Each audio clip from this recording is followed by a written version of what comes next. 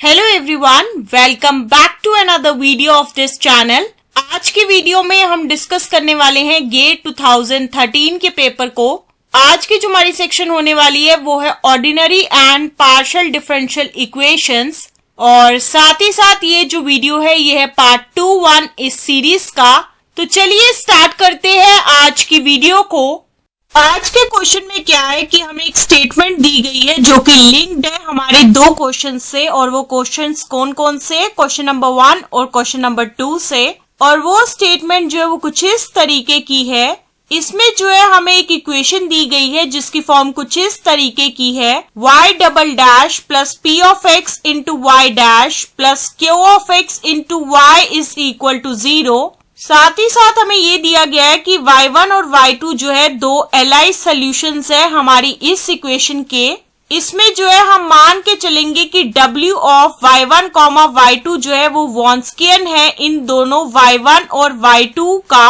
और जो क्वेश्चंस हमें दिए गए हैं जो कि लिंक्ड है हमारी इस स्टेटमेंट से वो कुछ इस तरीके के हैं। सबसे पहले क्वेश्चन नंबर 1 जो हमें दिया गया है वो कुछ इस तरीके का है। इसमें जो है हमें निकालनी है इसकी value w of y1, y2 into p of x, और इसके लिए जो हमें ऑप्शंस दिए गए हैं वो कुछ इस तरीके के हैं। अगर मैं बात करूं ऑप्शन ए की, तो ऑप्शन ए में क्या है कि y2 into y1 of double dash minus y1 into y2 of double dash. Option B है y1 into y2 dash minus y2 into y1 dash. Option C है y1 dash into y2 double dash minus y2 dash into y1 double dash. और साथ ही साथ option D है y2 dash into y1 dash minus y1 double dash into y2 double dash. तो इसमें जो है हमें चार ऑप्शंस दिए गए हैं और हमें बताना है कि इन चारों में से करेक्ट आंसर क्या है।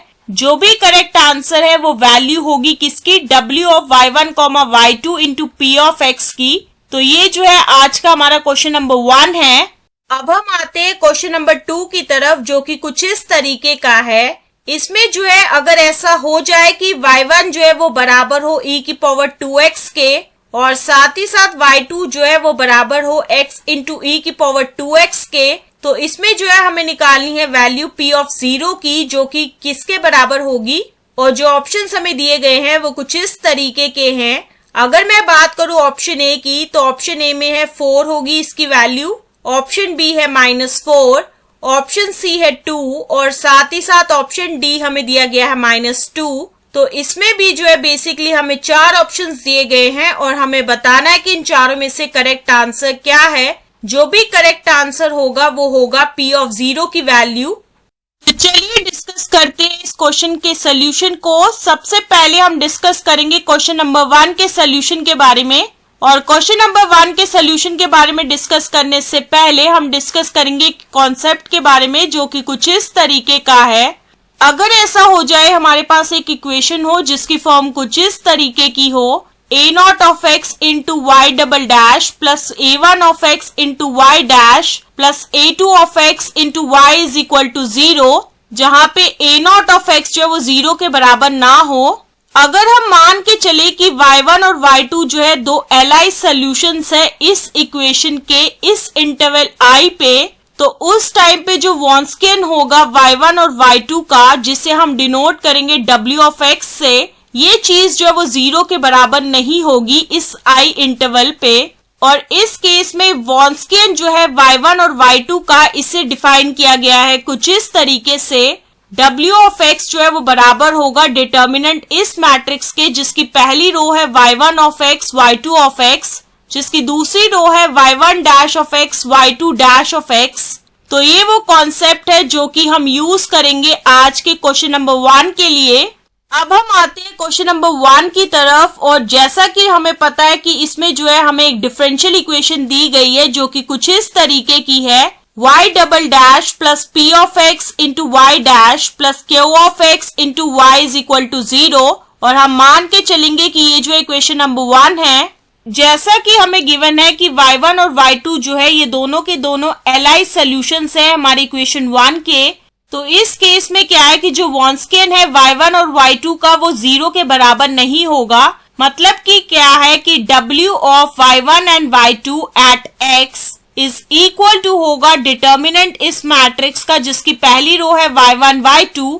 जिसकी दूसरी रो है y1 डैश y2 डैश, और जो कि फर्दर किसके बराबर होगा y1 into y2 dash minus y2 into y1 dash, और ये चीज जो है वो 0 के बराबर नहीं होगी।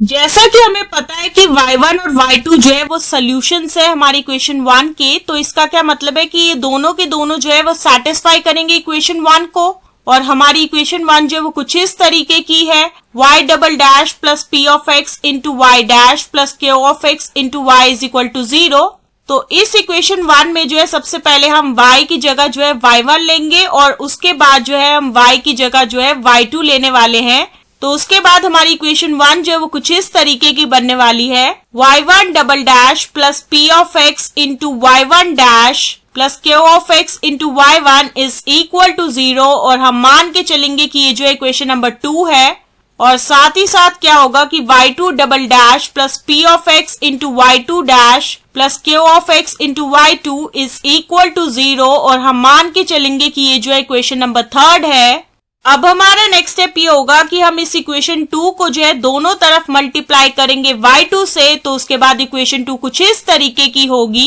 y2 into y1 double dash plus p of x into y2 into y1 dash plus k of x into y1 into y2 is equal to 0, और हम मान के चलेंगे कि ये जो इक्वेशन नंबर 4 है। अब हमारा नेक्स्ट स्टेप ये होगा कि हम इक्वेशन 3 को जो है दोनों तरफ मल्टीप्लाई करेंगे y1 से, तो उसके बाद हमारी इक्वेशन 3 कुछ इस तरीके की होगी y1 into y2 double dash plus p of x into y1 into y2 dash plus k of x into y1 into y2 is equal to 0, और हम मान के चलेंगे कि ये जो इक्वेशन नंबर 5 है। अब हम सब्ट्रैक्ट करेंगे इक्वेशन 4 को इक्वेशन 5 से, तो उसके बाद हमें क्या मिलने वाला है y1 into y2 double dash minus y2 into y1 double dash plus p of x into y1 into y2 dash minus y2 into y1 dash is equal to 0, और जैसा कि हम जानते हैं कि y1 into y2 dash minus y2 into y1 dash जो वो किसके बराबर है w of y1 comma y2 at x। तो उसके बाद ये इक्वेशन कुछ इस तरीके की हो जाएगी y1 into y2 double dash minus y2 into y1 double dash plus p of x into w of y1 comma y2 at x is equal to 0। अब हम क्या करेंगे कि इस पूरे के पूरे ब्रैकेट को जो है ट्रांसपोज करेंगे लेफ्ट हैंड साइड से राइट हैंड साइड की तरफ, तो उसके बाद ये इक्वेशन कुछ इस तरीके की होगी p of x into w of y1 comma y2 at x is equal to होगा माइनस इंटू ब्रैकेट के अंदर होगा y1 into y2 double dash minus y2 into y1 double dash, जो कि फर्दर किसके बराबर होगा y2 into y1 double dash minus y1 into y2 double dash.